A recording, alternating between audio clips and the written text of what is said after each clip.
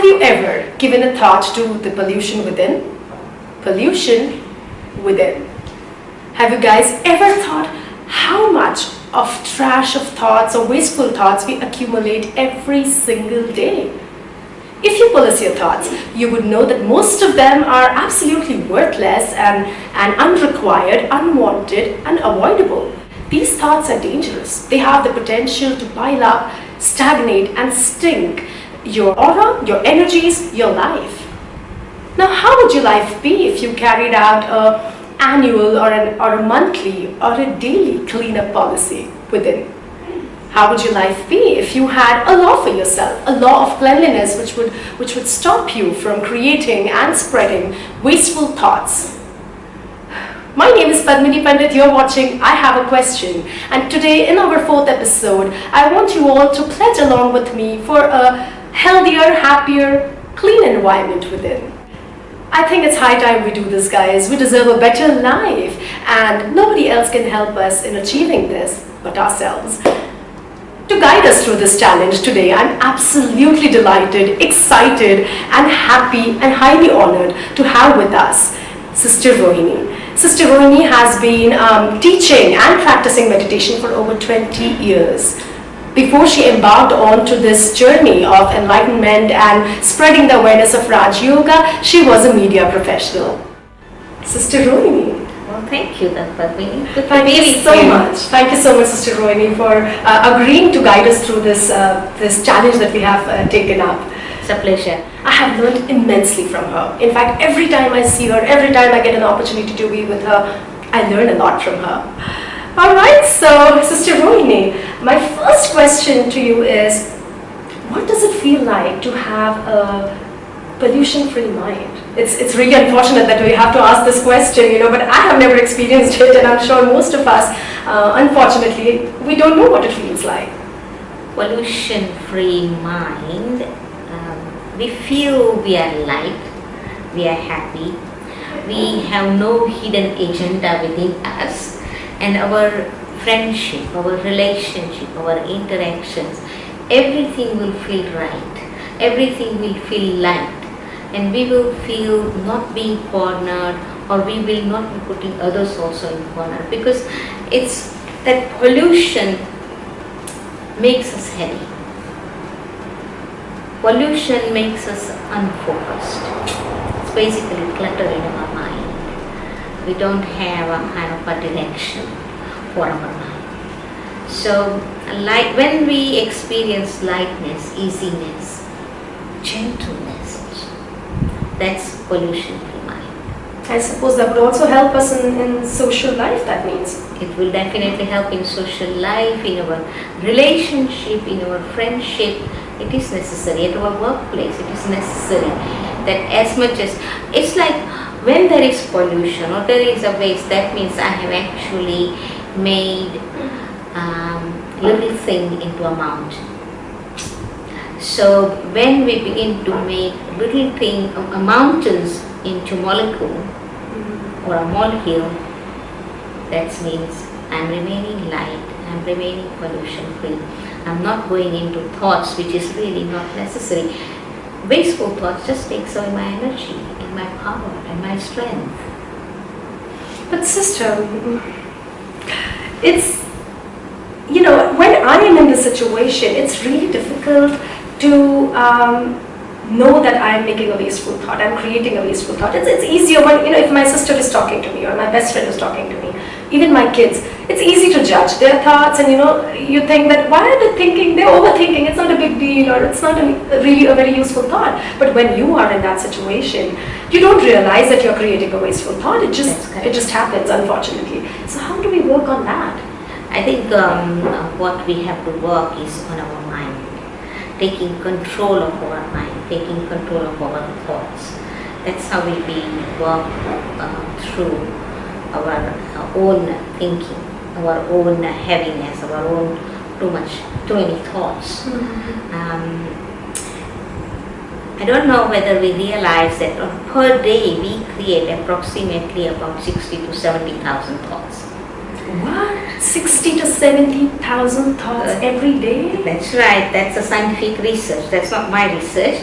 That's a scientific research, and I don't know how the scientists did that, but they have done it. Wow. And that was about a few years ago, so probably we have more thoughts, I don't know. But at least 60 to 70,000 thoughts, and that thought itself is kind of a, wow, it's very heavy. It is, yeah. Now, second thing about this 60 to 70,000 thoughts is they are repetitive. So, repetitive means 95% of those 60 to 70,000 thoughts are the thoughts we made yesterday. We are creating the same thoughts today, and we are going to create the same thoughts tomorrow. Because there is lots of stuff inside us, we haven't really looked at it, let alone dealt with it. Oh my God. But then again, I understand that thoughts, if it is a conscious process of thinking, I think we will be again conscious, we won't make wrong choices, but for most of us it's an unconscious thought. We don't realize that we're thinking. So then how do we pull ourselves out of the thought and look at it and judge it, if you know what I mean? That's correct. That's two terms you use, one conscious and unconscious. And I think that it is about time that we learn to be conscious about our own mind and our own thinking. I mean, if we really look at the language, we will realize we always say, my mind, my thoughts. Mm-hmm. So who is the owner here? I am the owner. So I have to take control, It's like when we are writing and everything is going hayward, then we take control of our hands and our fingers and our pen. Same rule applies. I have to really learn to take control of my mind and my thoughts. That actually is a little bit more time consuming. I wouldn't say time consuming, but it does require investment of time, energy, and conscious effort. We got to realize that my mind is so busy. It's like we have in our mind 4 types of thoughts per second. 1, positive thoughts. 2, negative thoughts. 3, necessary thoughts. And 4, wasteful thoughts. We all know about positive thoughts, and it's a good news that we have positive thoughts. Positive thoughts are actually empowering. It actually gives you more strength. It gives you more clear mind. It gives you a good relationship, good interaction. We'll come back to negative thoughts. Before that, we just necessary thoughts. Necessary thoughts are you plan this interview or you plan any of your programs, then you plan everything. You organize your schedule, you organize your material you need, you do your writing. It is all so basically necessary. The thoughts about life, like planning or process. If you are sending your child to a school, then you organize their lunch box and you organize their homework, and that's all necessary thoughts. Right. At workplace, you plan a meeting and you prepare the agenda, this, that, and everything. Correct. That's necessary thoughts. Okay. Wasteful thoughts are 4 types of wasteful thoughts. Wow. Okay. Do you want to go into the detail? I do. Okay, sure. First and foremost, wasteful thought is whenever there is question mark, why they are doing this, why it is happening to me, how come. Whenever this kind of whys and hows we have, that means it's wasteful thinking. That means we are actually not paying attention. That means we are not being alert. Mm-hmm. Second wasteful thinking is doubts. Mm-hmm. When we have this kind of language that I don't know, I'm not sure, maybe, perhaps, it's a language of doubt. Mm-hmm. Then we also do a lot of surfing in the past. We go to the past, visit the past, and not just that, we actually revise the unpleasant experiences. Do you do it? I try not to. I'm conscious about that. That I'm sure I'm conscious about. Mostly we have a tendency to think about unpleasant events in our life, unpleasant experiences. And whenever we do this, we actually relive the same experience of those emotions, the experience. And basically all we are doing is creating a mountain of more waste. We already have a mountain of waste and we are just creating more layers. Similarly, we think a lot about future. It is good to think about future planning, and young people have to plan their career, and they have to plan their education, this, that, and everything. So which is necessary, which is good. Yeah. But sometimes, and this is the actually main reason we have wasteful thoughts, is that we begin to develop doubts, and that is a clear sign that I am lacking in self-respect. Oh. When there is lack of self-respect, even though we have done a great planning for our career, our education, whatever it is, and the minute there is a slightest doubt, and we begin to doubt our capacity, we begin to doubt our ability, we begin to doubt our skills. So do you mean we also revisit the future thoughts as well, like we do the past? Correct. And that becomes again wasteful, of course, because you are thinking and rethinking. Whenever we have a quantity of thoughts instead of quality of thoughts, it's wasteful thinking. So this wasteful thinking leads to negative thinking.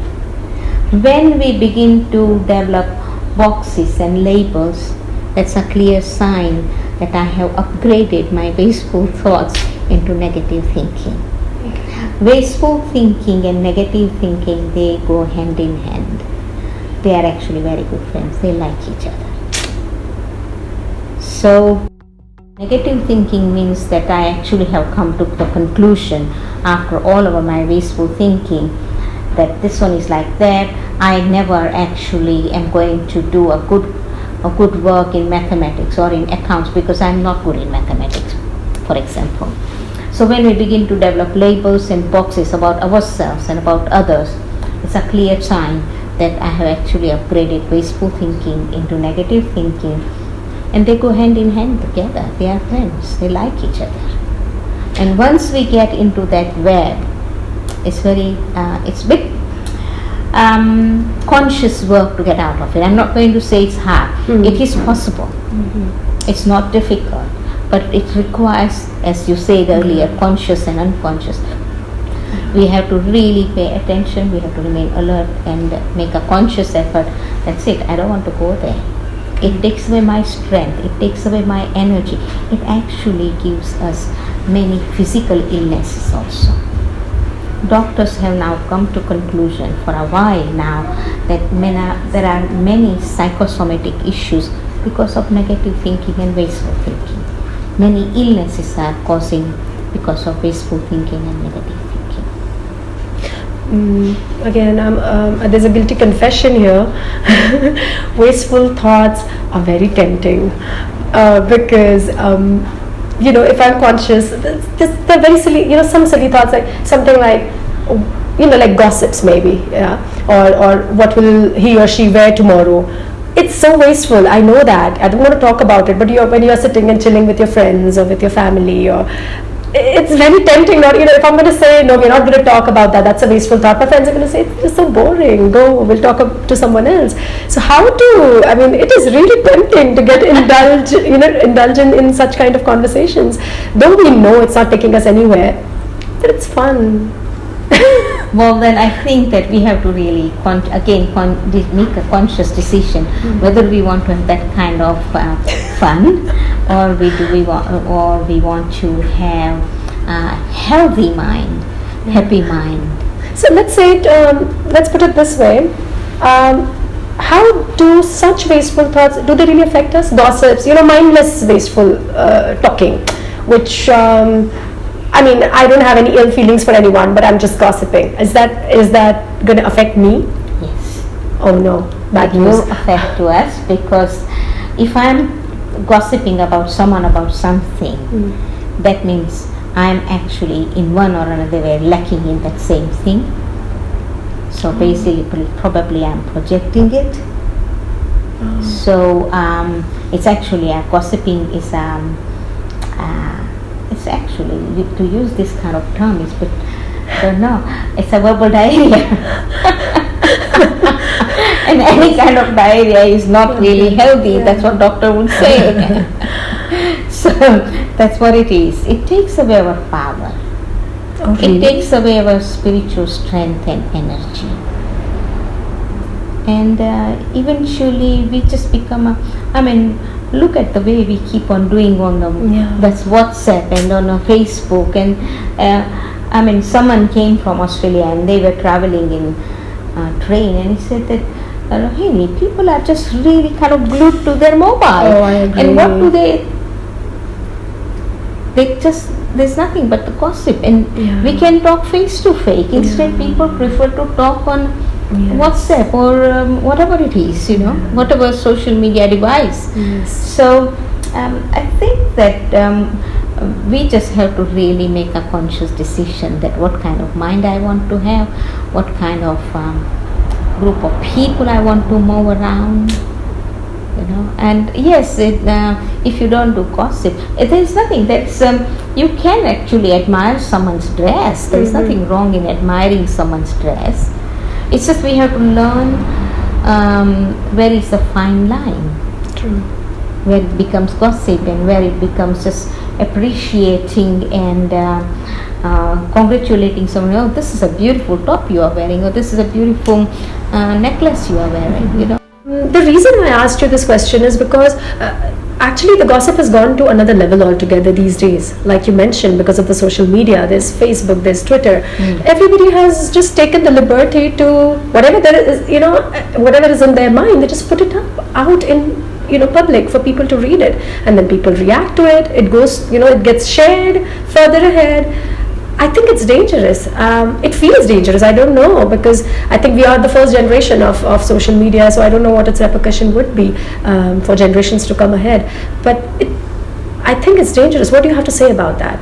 I think it would be dangerous because that means what we are learning is reacting. We are acting something which we acted before, and that means it is mindless. There is no thought given to it. It just kind of I'm on an autopilot. Someone says something and I just straight away blurt out something which is kind of hello. Actually, what we are learning here, in fact, one of my senior teacher and role model, Dadi Janki, she's 102 years old and she's been meditating for past almost now 85 years. She said to us that you have to think before thinking.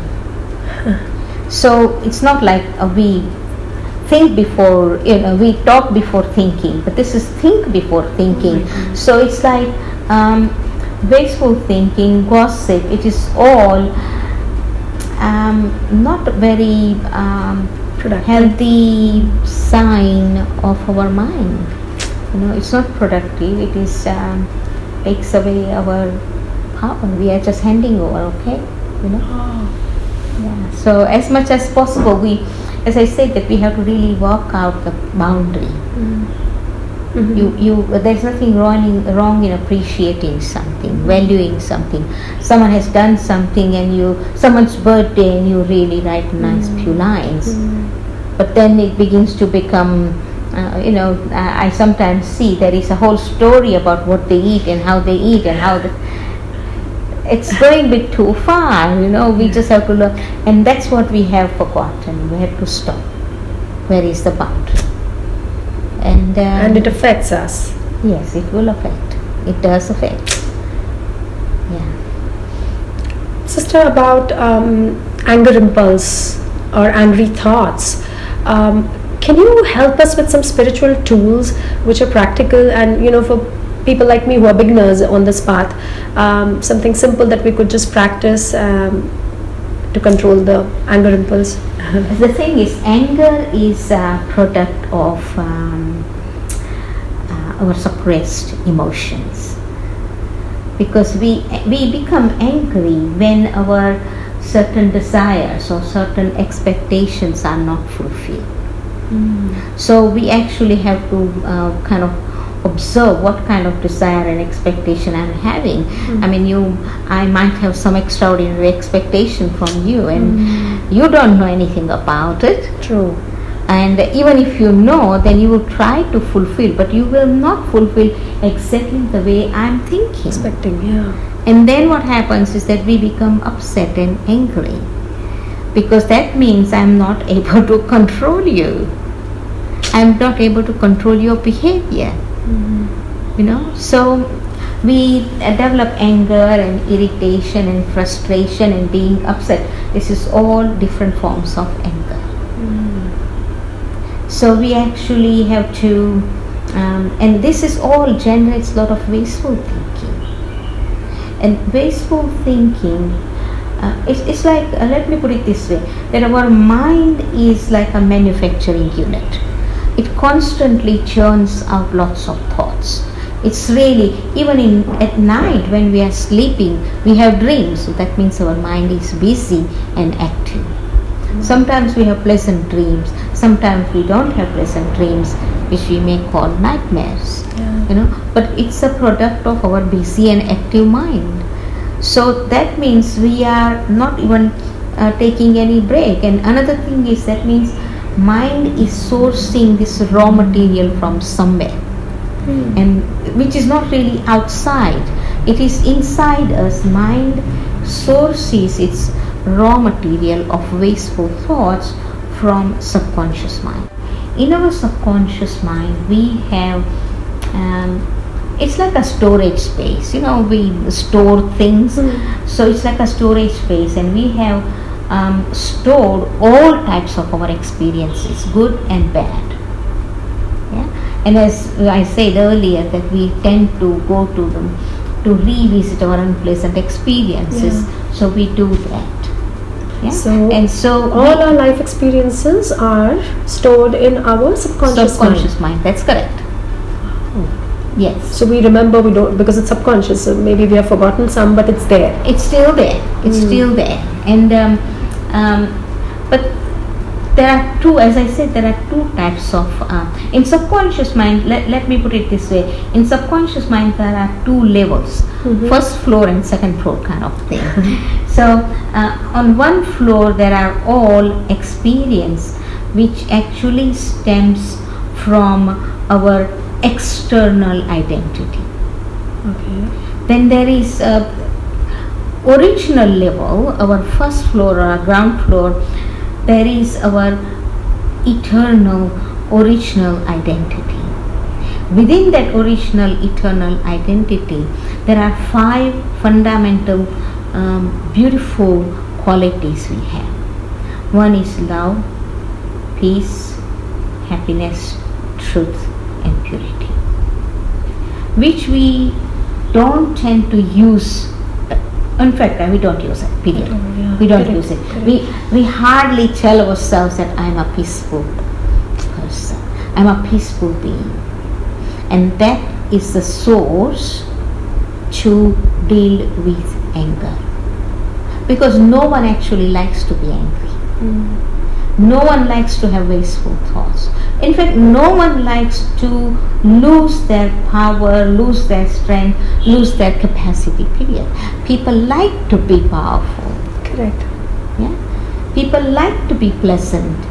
And it is possible when we, instead of sourcing our material from our, this floor where we are external, instead we dive deep into our deeper internal true beauty, then we will be able to have resources or raw material coming out from positivity. All those 5 fundamental qualities, they are nothing but positivity. Then, sister, it is anger is more or less it's an impulse. It just it just comes, and then but it just comes impulsively because I don't have control over my mind. I don't have control over my wasteful thinking, and as I said earlier, that mind never stops. So Only thing now we have to do is we have to learn to provide positive material to mind. And that's why we have to develop this whole practice of I am a positive person, I am a peaceful person.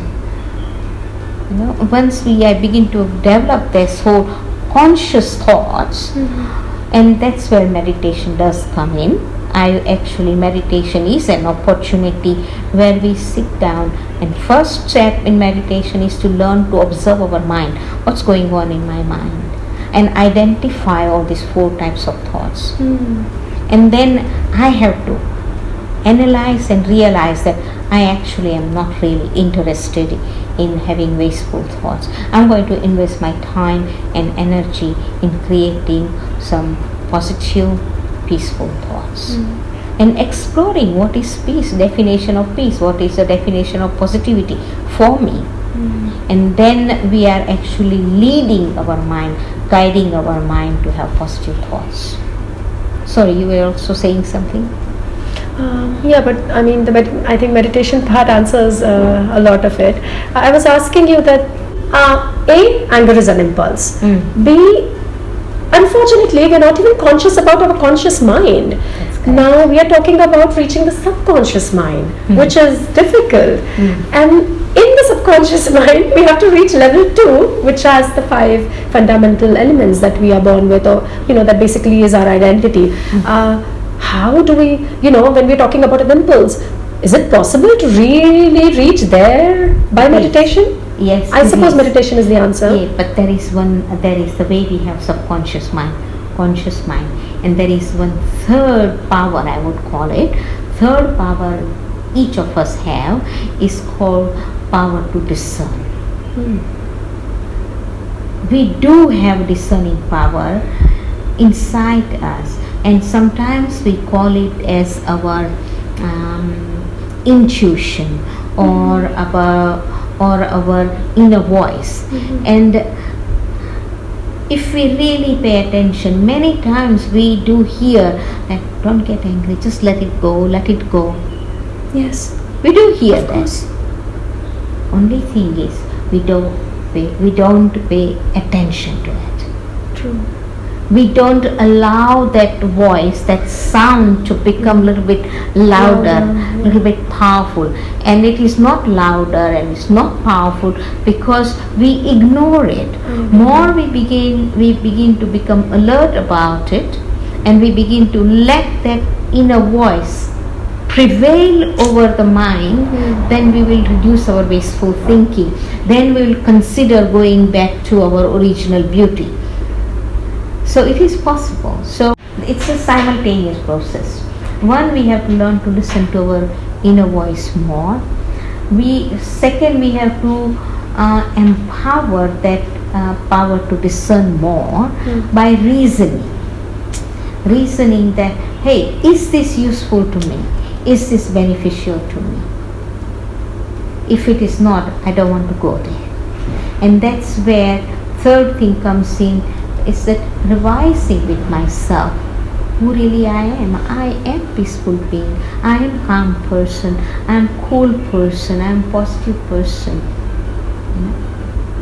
Then again, sister, why is it so tempting to do the wrong things? Why has God made it so difficult to? It is so. Even I'm angry, like you said. Of course, there is a voice inside that says, "Why are you doing this? Calm down. This is not right." But it's so tempting to be angry, knowing it's wrong. It's going to harm me. It's going to hurt somebody in front of me.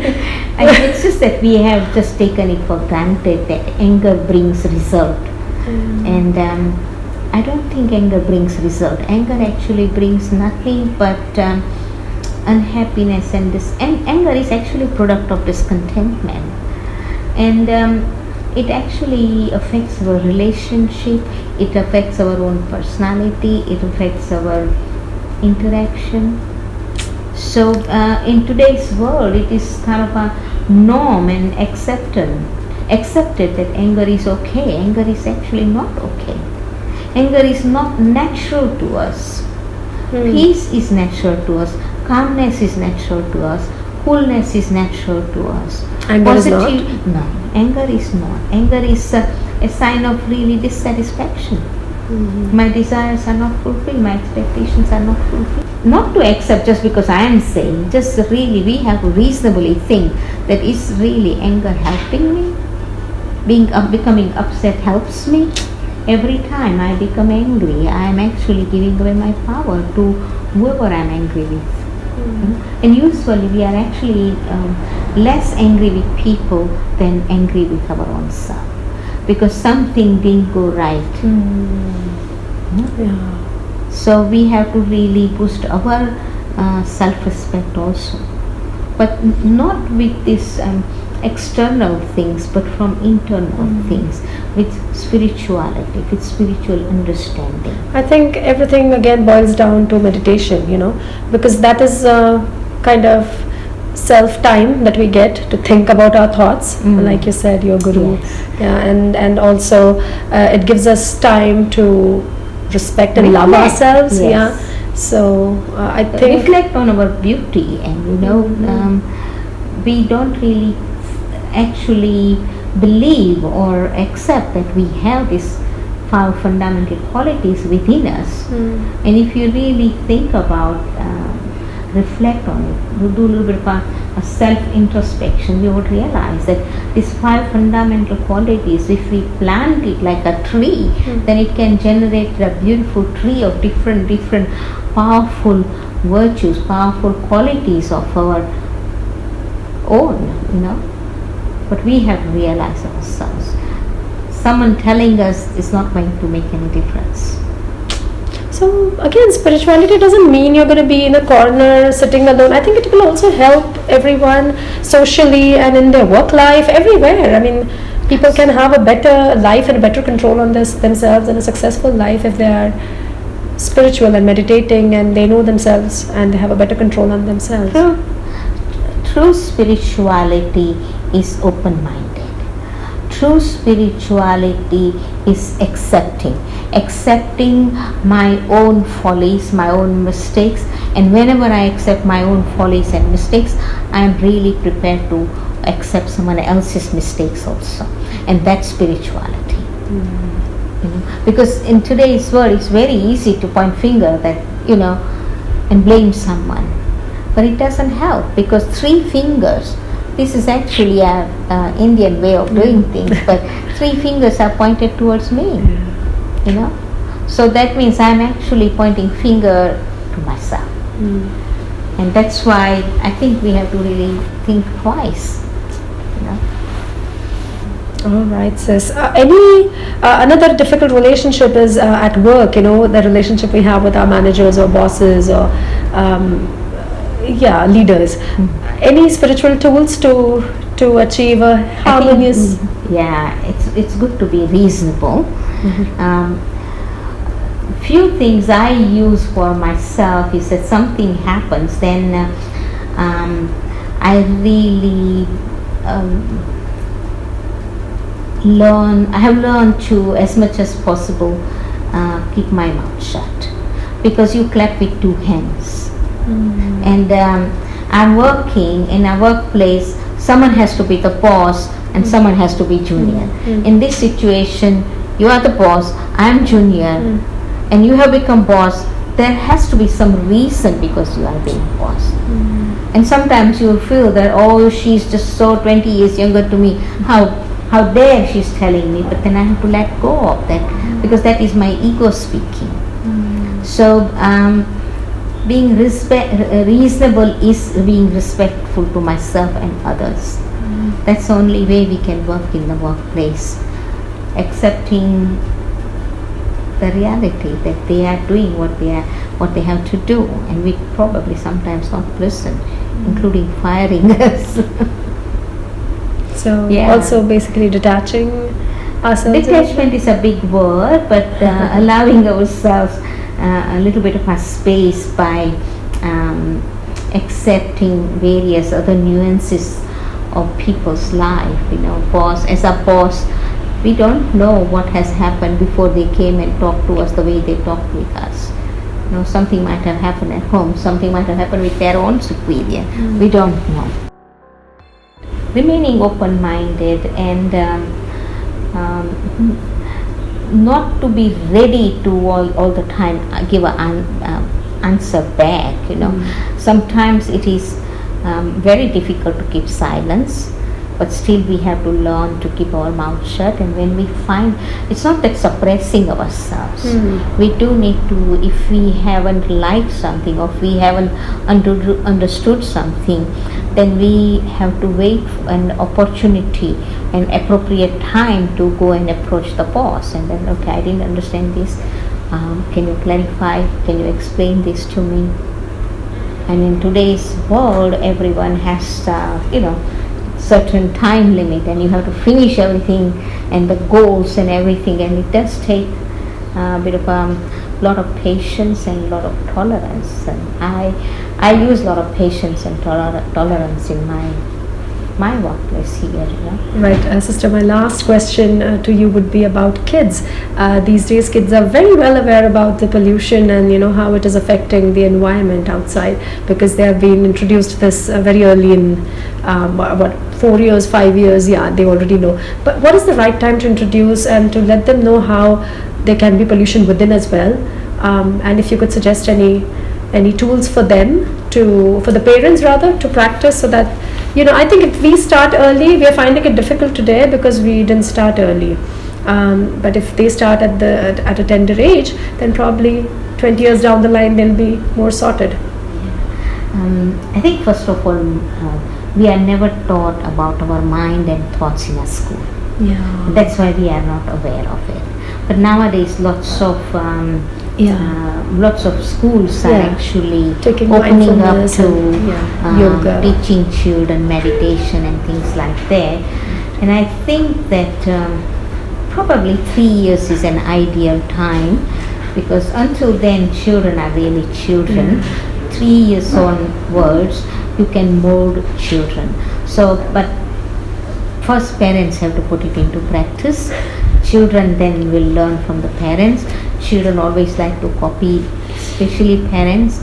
Until the children go to school, they are going to look up to parents. So parents should really make more effort to focus on what they are doing and how they are doing. I think we have a children's group here, and in that group they actually teach something called traffic control. Undoubtedly now children have been practicing here for past 2 years, so they are used to, but I would recommend that parents should practice that traffic control. Traffic control means, when you're driving on the road, you come across a red light, you have to stop. Similarly, throughout the day, when we realize, and this is regardless of children or not, parents can utilize this anywhere, at workplace, at home, with friends. When our mind is running too fast, then we just take a half a minute pause, and we just have to remind ourselves, who really am I? I am a peaceful being, and it's basically I'm regrouping myself, regrouping my positivity, regrouping my power. And then we take a half a minute or minutes break. I mean, we can do it even while having a cup of tea or cup of coffee. I don't need to really go, especially in a corner. And no, when we are traveling in a train, we can just, for a minute, we just switch off our mobile and just no need to even close our eyes. We just remain quiet and be aware that I am positive being, I am peaceful being. This is my nature, this is my personality. I am peace, I am calm, I am cool. And that's a break. That's a traffic control. It's kind of a mini recharging. I mean, we do have to recharge our mobile. So why not this powerful mobile? Which communicates with other friends, our family, our relatives, even God, if you want to. Absolutely.